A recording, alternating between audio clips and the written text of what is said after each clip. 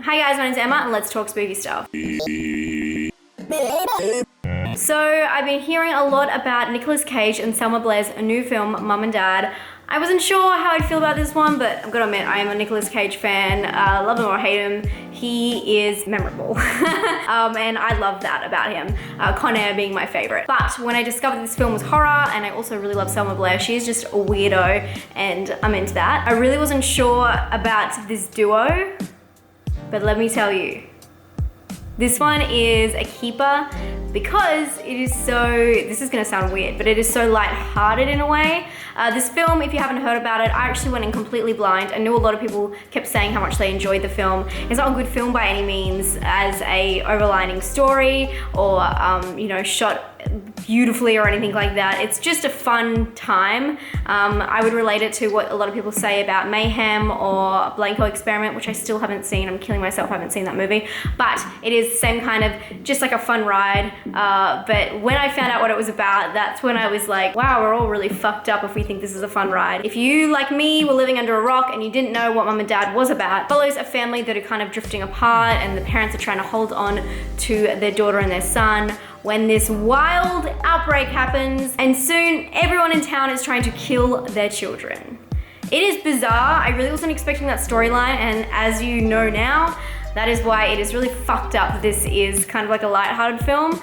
Originality, definitely. I have not really heard of anything like this, and I thought it was really cool. They really focused just on that idea and then just zeroed in on that family during this whole chaos, which was kind of a good and bad thing because I felt like as soon as the chaos, it showed everyone in town happening and went back to that one family, it would have been really interesting to see what was going on around them. But the film definitely is telling you that it's just a simple film with a simple idea and letting it run through. There is not a magical ending, not everything is explained, and that is such an opposite to how I felt about Open House or The Open House.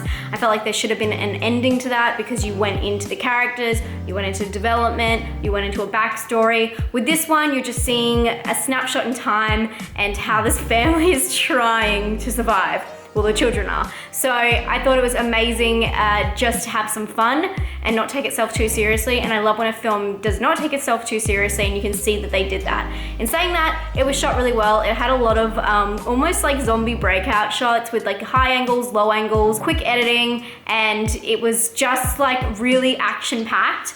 And there wasn't really like a dull moment, which helped the storyline move along quite quickly. It is quite a short film. I think it's like an hour and 26 minutes or something like that. So they really keep you on the edge of your seat, lots of action, and you know me, I'm not a huge action fan, but with the storyline and having something different to it, it was kind of fun. It was like a weird zombie viral outbreak, more like Mayhem if you've seen that, and I appreciated the storyline. For the acting, I really loved Nicolas Cage. I haven't seen him have fun with a role like this in quite a while.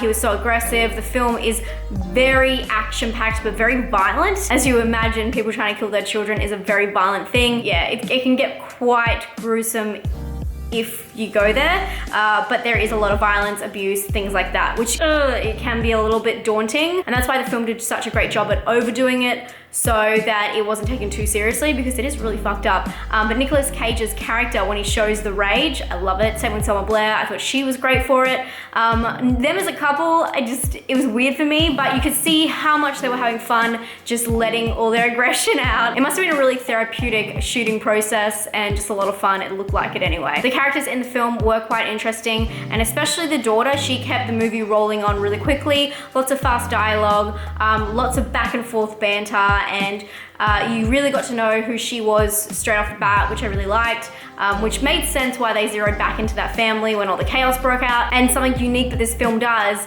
is, although the characters are assholes, you really actually are fighting for them because you just know what is happening is so not their fault and they have no control over it, and I like that aspect of it. It really fucked with your head a little bit, and horror movies really don't do that these days. They normally stay to a conventional, you love this character, you hate this character, moving forth, this is how you're meant to feel. But this one was kind of all over the place, jokey characters, kind of all very selfish, and then they're thrown into the situation and you're just along for the ride. I can definitely see why people said this film was just fun. I don't think it's an amazing film by any means, but I can understand why people were just saying watch it because It is great Sunday viewing if you have nothing on, or during the week if you want something easy to watch. This is definitely an easy watch and easy to follow. Another way that this film really broke the barriers is it had a lot of flashbacks, and they do tell you that you shouldn't be making so many flashbacks if you can explain something easily. And flashbacks in horror movies, I do think is cheating sometimes, but then there's films like Gerald's Game where it is important to the storyline.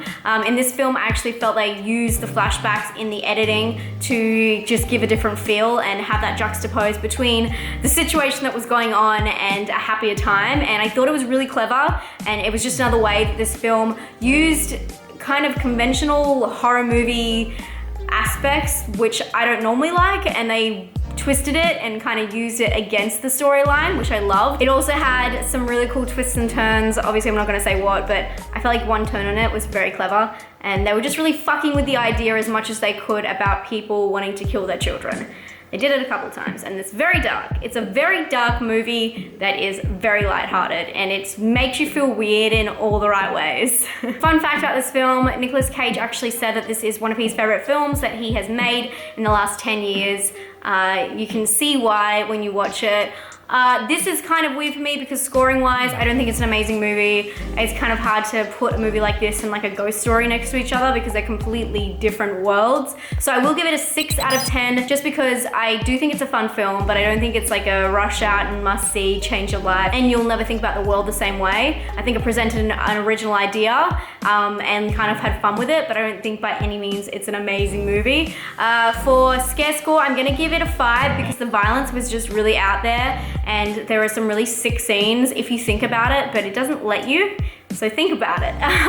And then for originality, I'm gonna have to give it a 6 because although it used conventional turns, gave them a twist, it is a original idea by what I know. I've never seen a film like this before. Let me know if there are other films where, you know, people go crazy and start trying to kill their children. I don't really know of any. But until next time, guys, I hope you enjoyed this and I hope you found it helpful. I would recommend all of you guys to watch this film regardless of my score. I think it's a great pick, and I think that you'll have a lot of fun with it like I did.